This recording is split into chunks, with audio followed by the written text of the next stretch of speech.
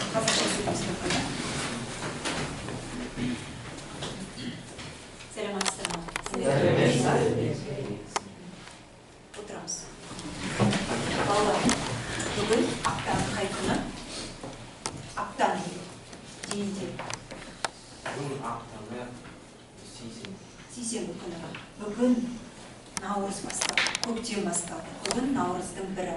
Наурызда қандай мерекелер бар? Кім айтады? Наурыз айында қандай мерекелер бар? Наурыз деген мереке. Наурыз мерекесі және тағы да 8-ші Наурыз халықаралық аналар мерекесі. Жақсы, балалар, бәріміз тақтаға назар аударайықшы. Ненің суретін көріп тұрмыз? Наурыз көже. Наурыз көже, жақсы. Тағы да не көріп тұрмыз? Домбыраны көріп тұрмыз. Домбыраны көріп тұрмыз. Өнерпаздарды көріп тұрмыз. Наурыз мерекесі көріп тұрмыз. Наурыз мерекесі. Жақсы. Біздің Наурыз мерекесі қандай мереке? Дұрыс айтасыңдар балалар. Қандай мереке? Ол дәстүрлі мереке және ұлттық мереке. Жақсы. Олай болса, мына жаққа назар аударайық. Мына жақта шашылған сөздер бар. Осы сөздер арқылы біз тақырыбымызды анықтаймыз. Ал кім табады? Дұрыс құрастырады. Иә? Наурыз түркі дәстүрлі халықаралық мейрам. Жоқ. Кім дұрыс құрастырады? Иә, дейді. Наурыз мейрамы түркі халықаралығының дәстүрлі түркі халықтарының дәстүрлі мерекесі. Енді қараймыз, дұрыс несі? Наурыз түркі халықтарының дәстүрлі мейрамы. Яғни біз бүгін не туралы өтеміз? Қандай мереке туралы өтеміз? Наурыз мерекесі туралы өтеміз. Ал енді олай болса, біз бүгінгі сабаққа назар аударайық. Сабақтың мақсатына. Бізде бүгін сабақта не істеуіміз мүмкін? Қалай ойлайсыздар? Не істеуіміз мүмкін? Наурыз туралы айтамыз. Айтамыз, Наурыз туралы ақпарат жинаймыз және де жаңа сөздермен жұмыс жасаймыз. Жақсы. Енді біз бүгін мәтінді мұқият оқимыз, мәтінге қосымша ақпарат қосамыз және суреттер арқылы тақырыпты меңгереміз. Жақсы ма? Енді олай болса, бәріміз мына жаққа қараймыз. Бағалау критерийлі, барлықтарымыз алдымызда бағалау парағымыз жатыр. Соған бір-бір балдан қоямыз. Мысалы, тамаша 10 ұпай, жақсы 7 ұпай, орташа 5 ұпай. Сабақтың соңында бағалау парағын өткіземіз. Сонымен қоса балалар, біз бүгін бағдаршам арқылы бағалаймыз өз-өздерімізді және бас бармақ арқылы, сонымен қоса 2 жұлдыз 1 тілек арқылы бағалап өтеміз сабағымызды. Жақсы. Ал бері қараймыз, жаңа сабаққа кіріспе ретінде ой салу мәселесін қарастырамыз. Бірінші қараңдар, бізде 2 мереке бар. Наурыз қандай мереке жалпы? Жаңа жыл, жаңа күннің бастауы, жаңа жыл деп айтамыз. Енді бізде 2 жаңа жыл бар, Наурыз мерекесі және жаңа жыл. Жаңа жыл қашан тойланады? 1 қаңтарда. Ал Наурыз мейрамы? 22 Наурызда. Енді қараймыз. Бірінші Наурыз мерекесі қашан тойланады? Жоқ, қай уақытта тойланады? Қазір қандай? Көктем. Жақсы. Көктемде тойланады екен. Ал жаңа жыл? Қыста тойланады екен. Жақсы. Ал Наурыз мейрамында ауа райы қандай болады? Өте тамаша. Салқын, тағы да күн шығып тұрады. Жақсы. Ал енді дұрыс жауабы жылы болады. Күн қазір жылы. Ал жаңа жылда қыста қандай болады? Суық, салқын болады. Яғни аязды күндер болады. Ал мерекелік қандай дастархан жайылады деп ойлайсыңдар? Наурыз мейрамында дастархан үстінде наурыз көже болуы. Ең басты тағам, яғни Наурыз мерекесінің символы болған наурыз көже пісіріледі. Наурыз көже пісіріледі. Ал жаңа жылда біз қандай дастархан? Оливье салаты. Оливье салаты, жақсы. Әртүрлі тағамдар қойылады екен. Ал адамдар қалай киінеді деп ойлайсыңдар? Әдемі киінеді тағы да? Көйлек киінеді тағы да? Ұлттық киімін киеміз. Дұрыс па, қараймыз. Әр ұлт өз ұлттық киімдерін киеді екен. Ал жаңа жылда? Әртүрлі киімдер киеді. Дұрыс екен, әртүрлі. Ал балалар бәріміз қарайықшы. Наурызда, жаңа жылда қандай тілектер айтылады? Бата береді. Бірінші көбінесе бата береді. Батаны кімдер береді деп ойлайсыңдар? Үлкендер, ақсақалдар, үлкен адамдар бата тілектер. Олар кімге айтады бата тілектерді? Жасөспірімге, жас балаларға айтылады. Ал жаңа жылда бүкіл отбасына. Бүкіл отбасына бір-біріне әйтеуір ақ тілектер айтылады. Келесі мереке қайда өтеді деп ойлайсыңдар? Қайда өтеді? Наурыз мерекесі көбінесе ауылда өтеді. Ауылда, қалада тойланбай ма не? Наурыз мерекесі адамдар бір жерге жиналып өтеді және бір-біріне қонаққа барғанда өткізуге болады. Жақсы, тамаша, дұрыс жауабын тексерейік. Сыртта, алаңда, әр үйде өтеді, иә?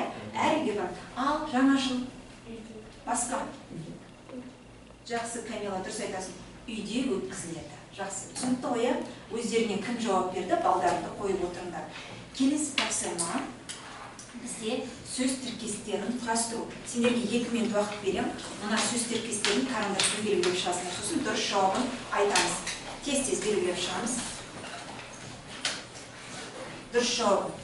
Кім бітеді, тез айтамыз. Сопоставить слова.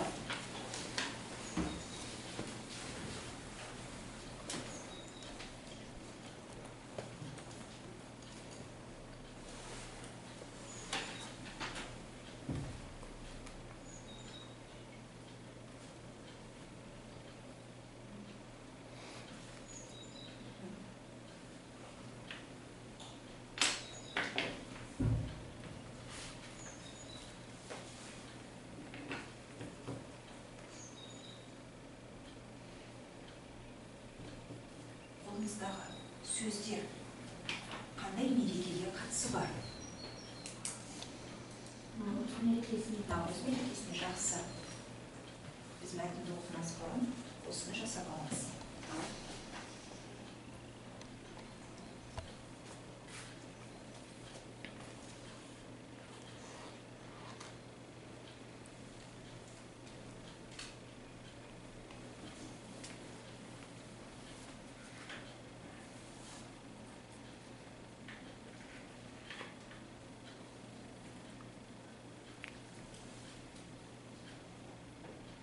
Таптық па? Біріншісі қандай? Бірінші сөйлемде.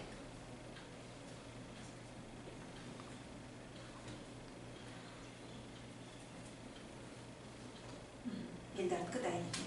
1 минут күтеміз, барлықтарымыз дайындаймыз.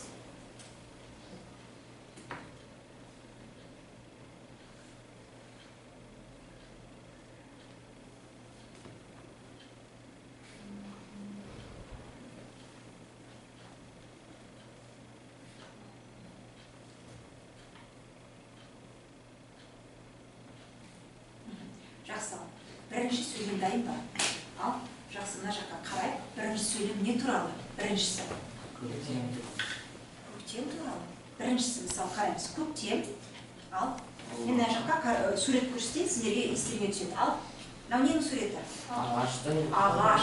Сонда қалай болады? Жоқ. Қызғалдақ па мұны? Көктем келіп, ағаштар бүршік жанды. Дұрыс. Көктем келіп, ағаштар бүршік жазды. Плюс 1 балл. Екінші суретке назар аударайық. Ал, мына жақта не туралы? Ауыл. Вот, Камила, читай. Ауыл. Адамдары. Дұрыс. Ауыл адамдары. Жасауда. Жоқ. Ауыл адамдары не істеді? Иә? Ағаштарды отыр. Жоқ.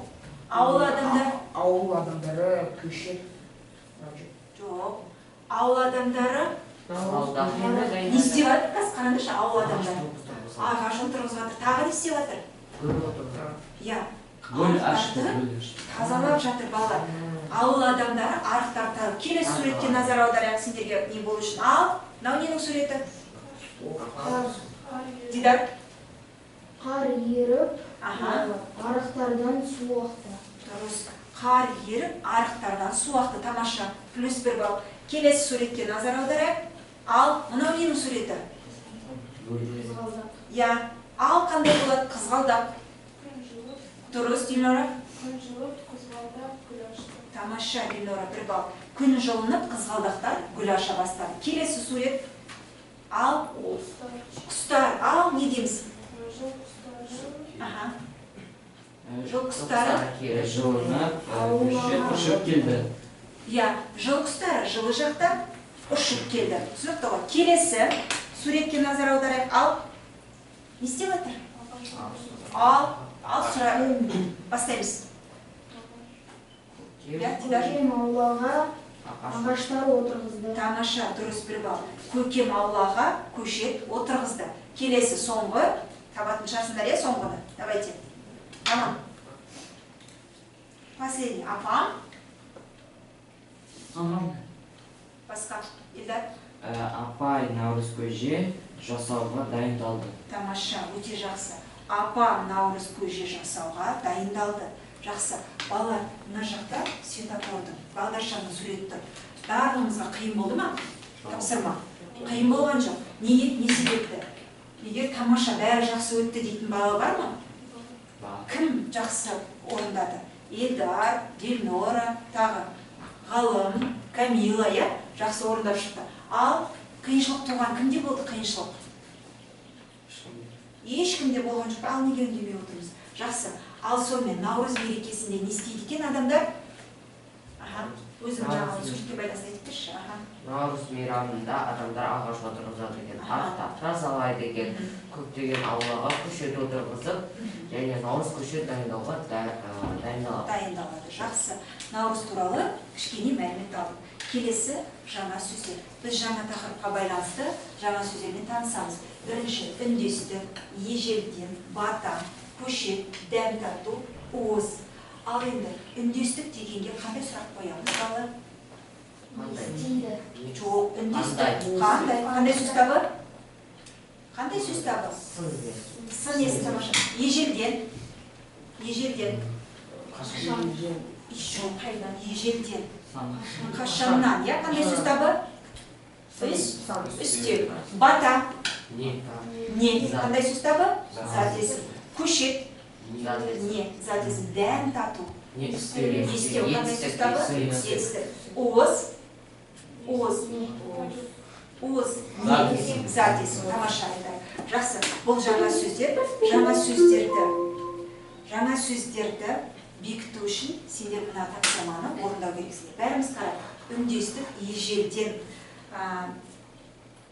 ежелден, бата, көшет, дәм тату, уыз сөздерінің мағынасын табасыңдар, синоним.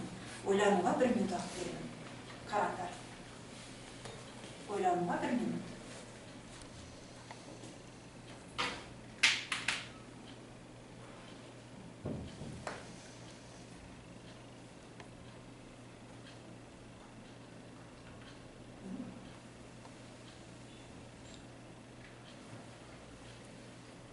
Ал жақсы. Таптық па? Бірінші сөз. Үндестік. Кім табады? Сәйкестік және үйлесімділік. Дұрыс па? Тексереміз. Өте жақсы. Дұрыс екен. Келесі ежелден. Ежелден баяғыдан ерте заманнан. Баяғыдан ерте заманнан. Бата. Қонақ болу, тамақ ішу. Жоқ. Дидар. Игі тілек алғыс. Тамаша. Игі тілек алғыс. Келесі. Көшет. Елдерді айтапшы. Көшет. Тамаша. Жас өсімдіктер. Дұрыс екен. Дәм тату. Давай, Эльбрус. Дәм тату. Қайсы сөз? Эльбрус. Инсап. Жаңа төлдеген малдың Камила. Қонақ болу, тамақ ішу. Уыз. Камила. Ауыз жаңа төлдеген малдың алғашқы сүтті Қойысты, алғашқы сүтті. Жақсы. Дұрыс екен. Енді бері қараңыз. Балалар, жаңа сөздер сендерге түсінікті ма? Жақсы, түсінікті. Енді олай болса, барлығымыз жаңа мәтінмен танысамыз. Мәтінді бір сөйлеммен оқып шығамыз. Ал бастайық, Камила. Аудармаймыз. Наурыз, үндестік мейрамы. Наурыз, праздник созвучности. Аудармаймыз. Келесі. Наурызда табиғат ананың бауырындағы барлық тіршілік оянады. Келесі. Қазақтар наурызды ұлыстың ұлы күні деп атаған. Жақсы. Қазақ халқында бұл мейрамды тойлаудың ежелден келе жатқан өз дәстүрі бар. Мейрамда адамдар ертең Оянып. Жаңа күнді жақсы көңілі күймен қарсы алады. Бірін-бірі құттықтап, жақсы тілек айтады. Ержескен адамдар бір-біріне кешіріп сұрайды. Келесі. Ауылдың жастары үлкендер бата алады. Жігіттер буалқыздың көзін ашады. Арықтарды тазалайды. Көшеттерді отырғызады. Бұл күні әр үйдің дастарханы Наурызға арнайы пісірілген түрлі тағамдарды толы болады. Олардың ең бастысы Наурыз көже. Наурыз көже 7 түр тамағынан пісіреді. Келесі. Одан бүкіл ауыл адамдары дәм татады. Дастарханға үлкен адамдар бата береді. Қазақ халқы Наурызды өнер тойы етіп өткізеді. Өнерпаздар әр айтып бешелер билейді. Көшелер күн тағылықтары. Әртүрлі ұлттық ойындар да ойнатылады. Жақсы. Бәріміз қайтадан оқимыз, өзіңіз сами прочитайте.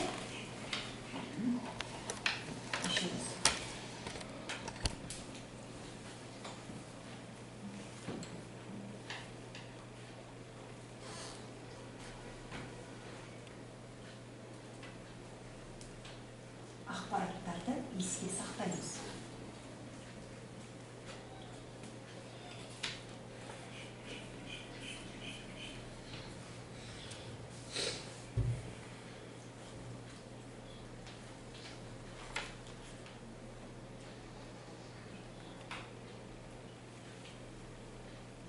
Балалар, бәріміз бері қараймыз. Бірінші қатар, екінші қатар, үшінші қатар, иә? Бірінші қатар 3 тірек сөз айтамыз. Екінші қатар 3 тірек сөз, үшінші қатар 3 тірек сөз айтамыз. Давайте табамыз. И қайталамын, не повторяю. Тірек сөз, опорный слова. Бастаймыз. Кім айтады? Давай. Дастархан. Дастархан, жақсы. Наурыз. Наурыз. Нашли? Бата. Бата, жақсы, тамаша. Ұмытпаңдар, келесі. Құттықтау. Құттықтау. Дәм тату. Наурыз көже, тамаша, келесі. Ұлыстың ұлы күні. Тамаша. Қазақ халқы. Тамаша. Мейрам, жақсы. Вы ұмытпаңдар. Ал енді осы сөзбен сөйлем құрастырамыз. Составляем предложение. Давай, қандай сөз? Наурыз көжеде өте жақсы, өте үлкен дастархан істейді. Жасалады, жақсы. Келесі. Үлкендер кіші жас ұрпаққа бата айтады. Тамаша. Наурыз мейрамы қазақтардың жаңа жылы. Тамаша. Ал келесі. Қандай жаңа сөз? Адамдар бір-бірін құттықтайды. Наурыз мерекесінде адамдар бір-бірін құттықтайды. Тамаша, келесі, Камила. Адамдар бір-бірін үйінен дәм татады. Жақсы, келесі. Камзатбек. Қандай сөз айттың сен? Наурыз көже, Енді айта бер өзің. Наурыз көжеде дәмді тағамдар. Дәмді тағамдар бар. Келесі, Динора. Наурыз мейрамында адамдар ағаш отырғызады. Тамаша. Наурызды ұлыстың ұлы күні деп атайды. Тамаша. Келесі. Деді.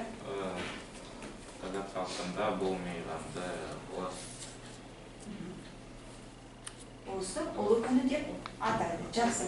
Так, балалар, Наурыз мерекесі туралы түсінікті ма? Енді парақты жабамыз. Жабамыз парақты.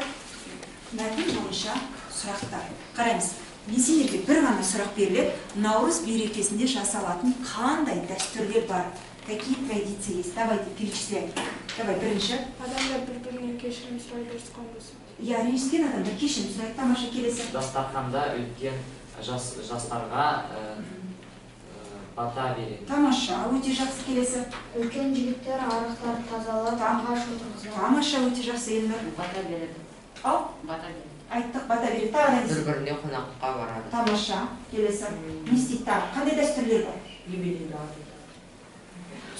Бір-біріне жақсы тілектер айтады. Тамаша, тілектер айтады, Динара. Наурыз көже пісіреді. Наурыз көже пісіріледі, тамаша. Тұсаукесерді кеседі. Я тұсаукесер дәстүр болады, мәтін бойынша. Давай, инсаф, не істейді? Қандай дәстүрлер? Какие традиции есть? Осы мейрамда көптеген концерттер болады. Тамаша, концерттер, бағдарлама. Камила, не істеледі? Енді Диас, Дидар. Енді давай, деді. Жастар бата алады. Бата алады, жақсы үлкендердің. Енді қараймыз. Наурызда адамдар бір-бірін құттықтап жақсы тілектер айтылады. Бар ма? Айтылды ма жаңа? Иә, бар. Қарақат айтты. Келесі, ренжіскен адамдар бір-бірінен кешірім сұрайды. Дұрыс па? Айтылды, Дилнар айтты. Келесі, ауылдың жастары үлкендерден бата алады. Дұрыс па? Айтылды. Дұрыс. Келесі сұрақ, жігіттер бұлақтардың көзін ашады, яғни арықтарын істейді, тазалайды деген сөз. Келесі, арықтарды тазалайды, сонымен қоса ағаш көшеттерін отырғызады. Сонымен тағы да әр үйдің дастарханы түрлі тағамға толы болады. Бағана Наурыз көже пісіріледі деді, өнерпаздар өнер көрсетеді және түрлі ұлттық ойындар ойнатылады. Ал балалар, дәстүрлі дедік, ұлттық ойындар дедік. Қандай ұлттық ойындарды білесіңдер? Наурыз көже, асық ойнау, құспан тартады, арқан тартыс, яғни көптеген осындай ойындар жасалады екен. Енді бәріміз қазір мен сіздерге бейнематериал көрсетемін. Бейнематериалға назар аударыңдар балалар.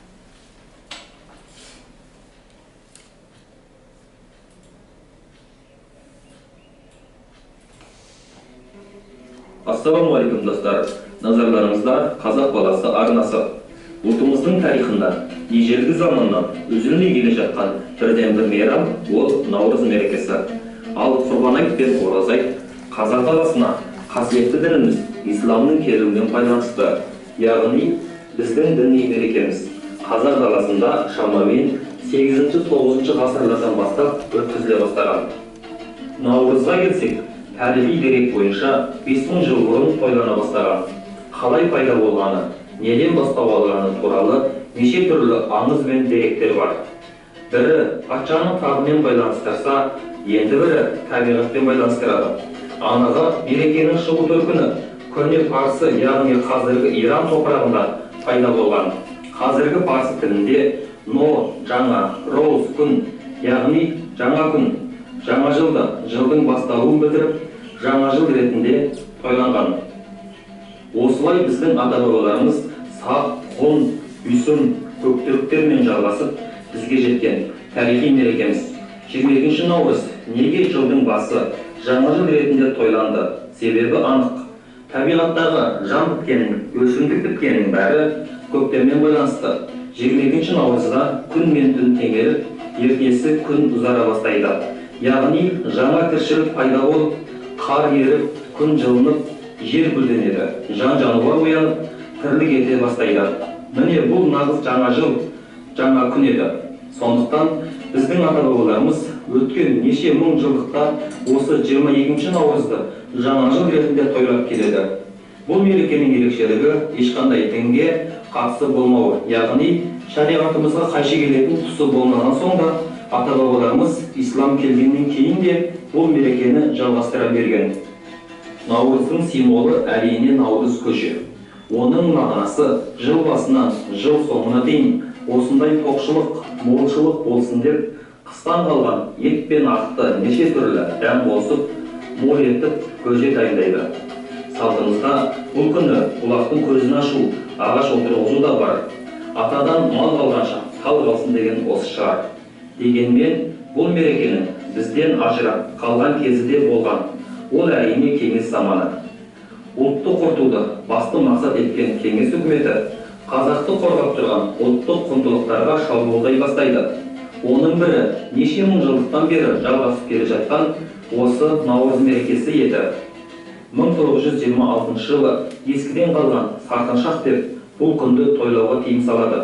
Атадан текті болып туған ұлт қашанда тектілігін көрсетті. Қаншама сыннан кедергіден кейін 1988 жылы Алматыда Әз-Наурыз қайта тіріліп тойлана бастайды. Тәуелсіздіктен кейін ауқымы кеңейе түсіп дами берді. 2010 жылы Біріккен Ұлттар ұйымында 21 наурыз ресми халықаралық Наурыз күні етіп бекітіледі. Қазіргі таңда Орта Азия, Кавказ, Кіші Азия, Таяу Шығыс пен Иран, Ауғанстан мен Пәкістанда ресми түрде тойланады. Назар салып тыңдағандарыңызға рахмет. Ұнаса лайк. Жақсы балалар. Бейнематериалды тыңдап, не туралы екен? Наурыз мерекесі. Сіздерге бірінші сұрақ. Наурыз мерекесі қандай мереке? Қол көтеріп жауап береміз.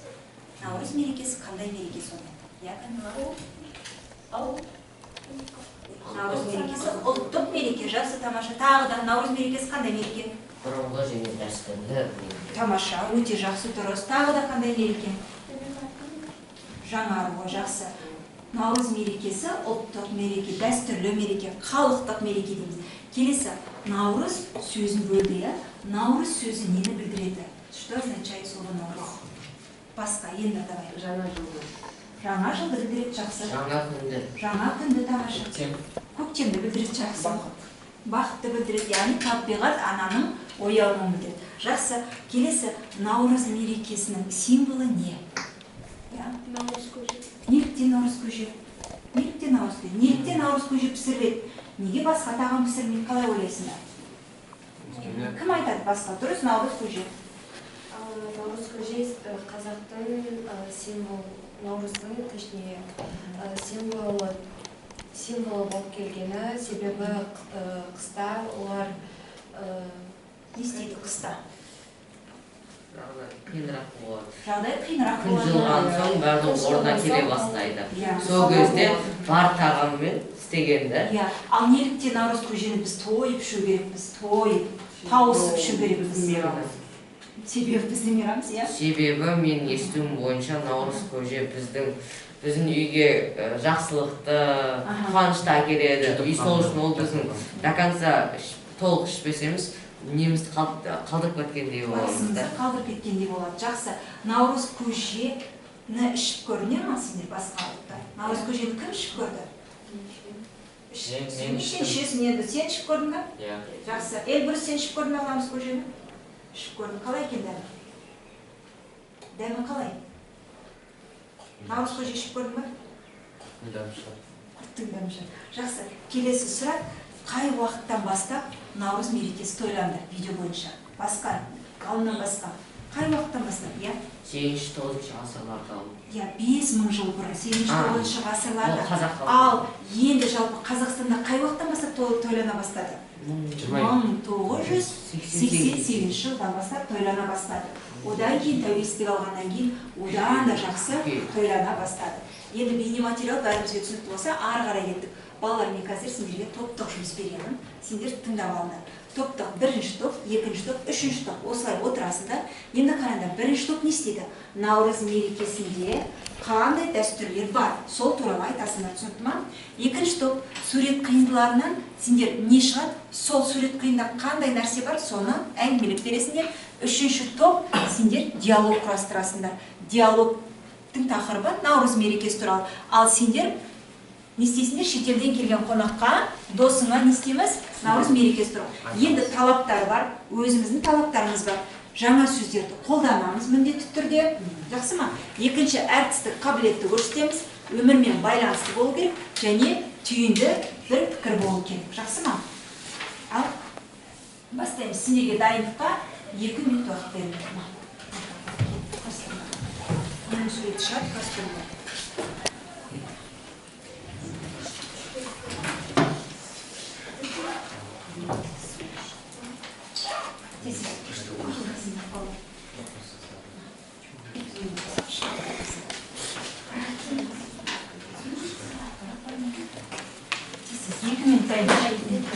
Так, общий сейчас.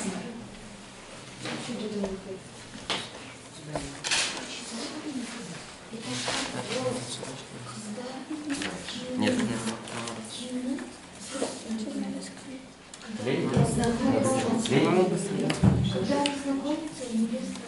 По краям, по краям сделаешь.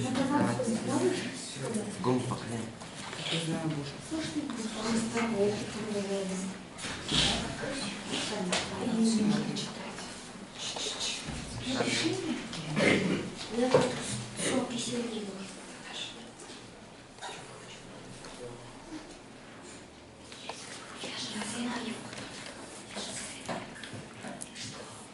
Дайынсыңдар ма? Так, салт дәстүр. Әңгімелеу. Диалог құрастыру.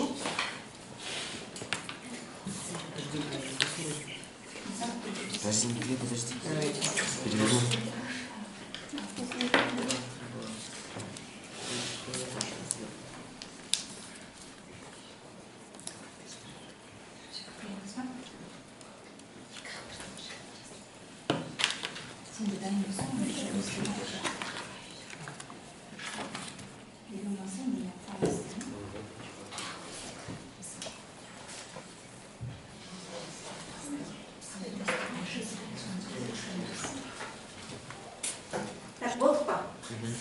қай топ бастайды? Бірінші топ дайынсыңдар ма? Бұлар әлі дайын емес. Тез кел. Үшінші топ сендер дайынсыңдар, келіңдер. Балалар, бәріміз мұқият қарап отырамыз. Ғалым. Келіңдер. Неше? Олар қыздар қарақат болды. Екінші топ дайынсыңдар ма?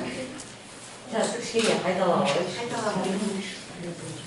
Я первый рассказываю.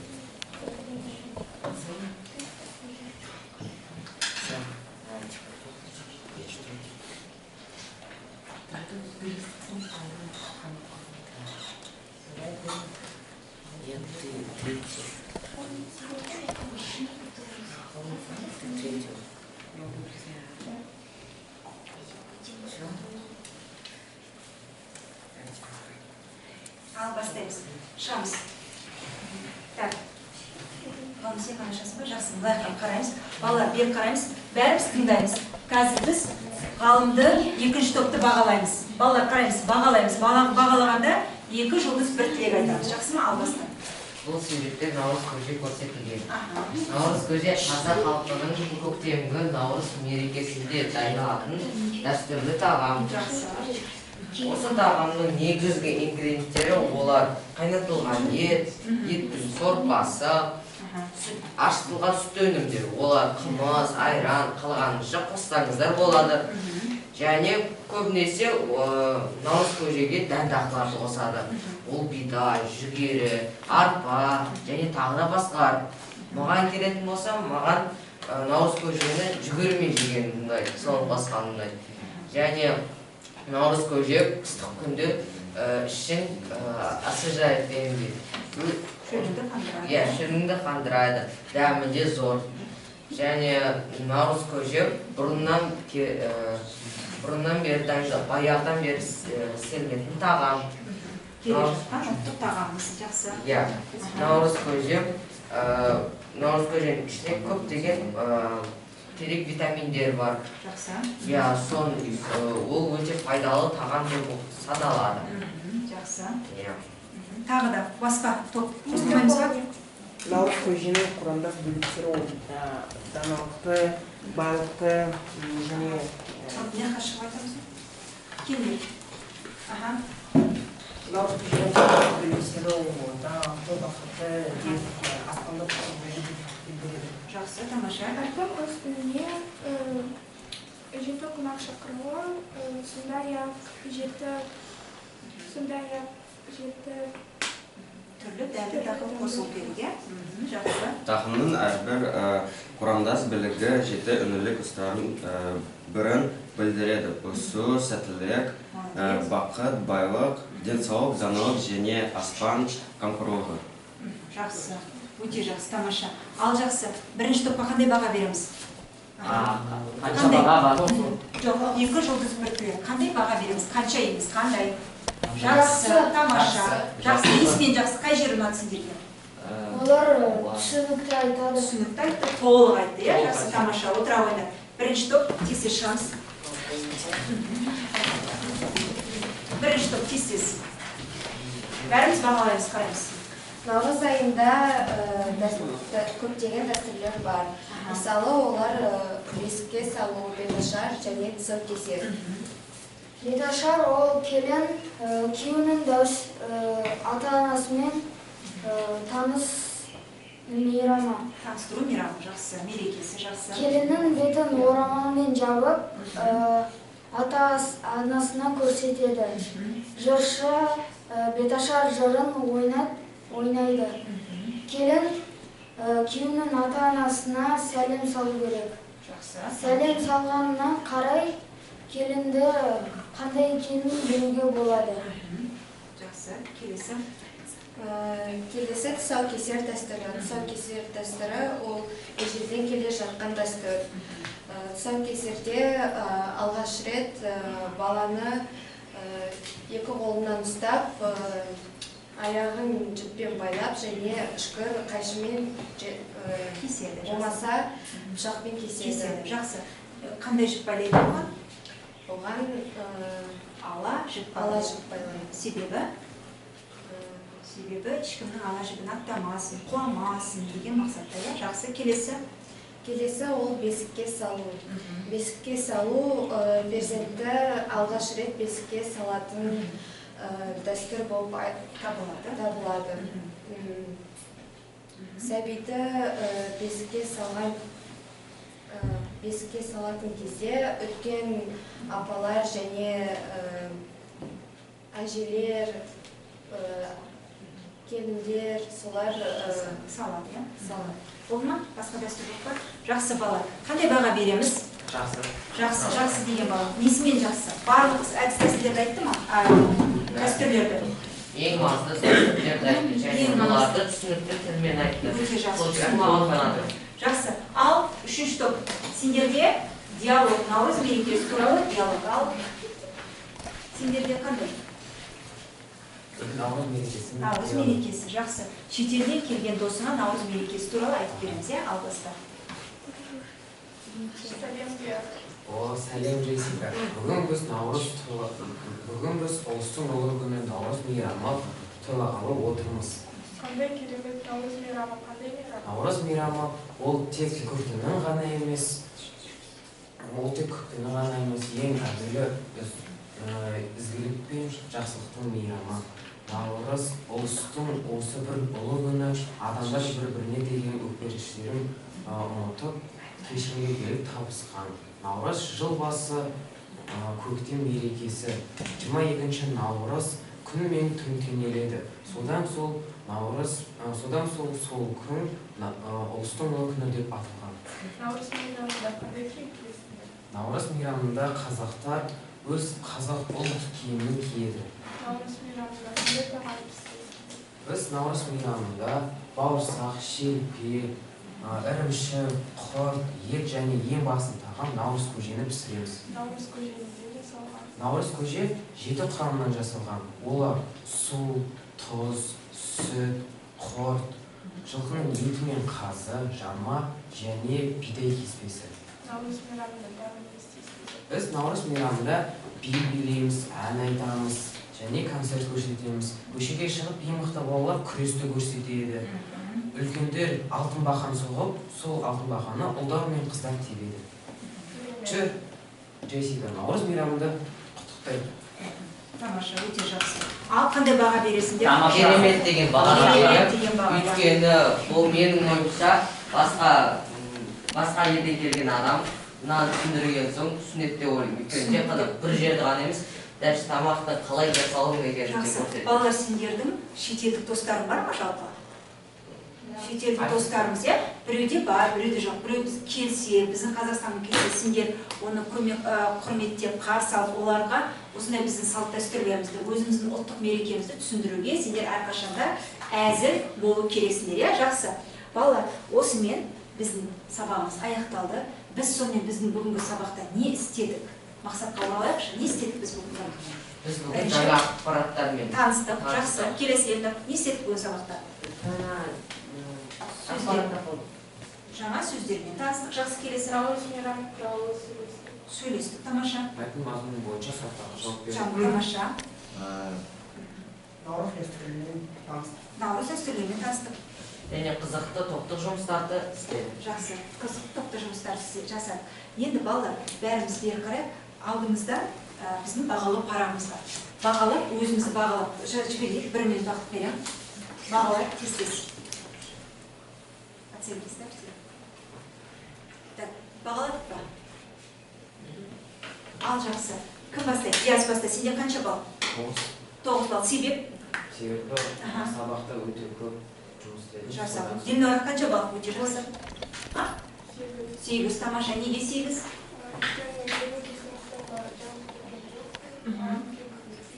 Тамаша. Елнұр қанша балл қойды? 4 балл. Неге аз? Неге 4 балл? Жақсы жұмыс істемейді. Жақсы жұмыс істемейді. Себеп неден болды? Жақсы. Елдар қанша балл? 4 балл. Себебі? Себебі білмейсің ба? Роман? 5 балл. 5 балл. Себебі неге 5 баллға жұмыс істедің? Мен бүгінгі өте... Қай сұрақтар, қай тапсырма саған қиын болды? Жақсы, келесі. Менің ойымша мен 9 балл алдым. Өйткені почти барлық тапсырмаға жауап бере алдым. Өте жақсы. Кімде бар? 9. Жақсы, неге? 8 неге? Өте жақсы. Жұмыс жасады деп ойлайсың. Жақсы. 7. Жақсы, тамаша. Инсап? 1 балл. Неге 1 балл? Жақсы. Елнұр, Эльбрус. 6 балл. 6 балл. Неге 6 балл? Себебі мен жақсы емес сабаққа Жұмыс істедің, жақсы жұмыс жасаған. 7 балл. Неге? Неге деп ойлайсың? Мен кейбір зат тапсырмаларды орындай алмаған. Келесі? 6 балл. 6 балл себебі тапсырма түсініксіз болды ма? 7 балл. Себебі мен жұмыстен. Жақсы. Балалар, сонымен біз бүгін қандай тақырып өттік? Ал қорытындылар? Наурыз мерекесі. Наурыз мерекесінде қандай салт дәстүрлер бар екен? Қандай салт дәстүрлер бар? Ағаш отырғызу. Ағаш отырғызу, жақсы. Аттарды тазалау. Басқа салт дәстүрлер, қазақи салт дәстүрлер. Ойындар. Ойындар, ұлттық ойындар. Наурыз көжені жасау. Наурыз көже жасау. Және тағы да бата беру. Тағы да беташар дәстүрін, тұсаукесер дәстүрін жасау. Бесікке салу дәстүрін. Жақсы, бүгінгі сабақ сендерге түсінікті болды ма? Жақсы. Сендерге сұрақ, мен бүгін не білдім? Не білдіңдер? Наурыз туралы ақпарат білдік. Бәріміз білдік па? Елдар, сен білдің ба? Наурыз туралы ақпарат. Жақсы. Келесі, нені есіне сақтадың? Что вы запомнили? Наурыздың дәстүрлерін. Тамаша, сен наурыздың дәстүрлерін сақтадың, есіңе, сен нені сақтадың? Мен наурыздың ең басты тамағы наурыз көже екенін сақтадым. Жақсы. әртүрлі ойындар. Ау, әртүрлі? Әртүрлі ойындар. Ойындар. Жақсы, келесі. Наурыз көже 7 құрамынан тұратын жасау. Жақсы білдіңдер. Келесі. Ал бүгінгі сабақта саған не қиын болды? Сенде 6 балл, 5 балл. Не қиын болды? Что было трудно для тебя сегодня? Какое задание было трудно?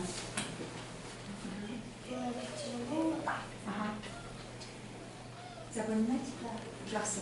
Ал енді саған қайсысы қиын болды? Қай тапсырма қиын болды? Мәтінмен жұмыс қиын болды. Ал инсап саған қай тапсырма қиын болды? Сөздерді сәйкестендіру қиын болды. Ал сендерге кімге қай тапсырма оңай болды? Маған мәтіннен кейін сұрақтар сол оңай болды. Жақсы. Топтап жұмыс оңай болды. Жақсы. Мәтінмен жұмыстау. Жақсы. Өте жақсы балалар. Сабақ үйге тапсырма, жаңа сөздерді жаттаймыз. Және 69-шы беттегі 9-шы тапсырманы жазбаша орындаймыз. Письменно делаем. Хорошо? Так, ал бәріміз орнымызға тұрамыз.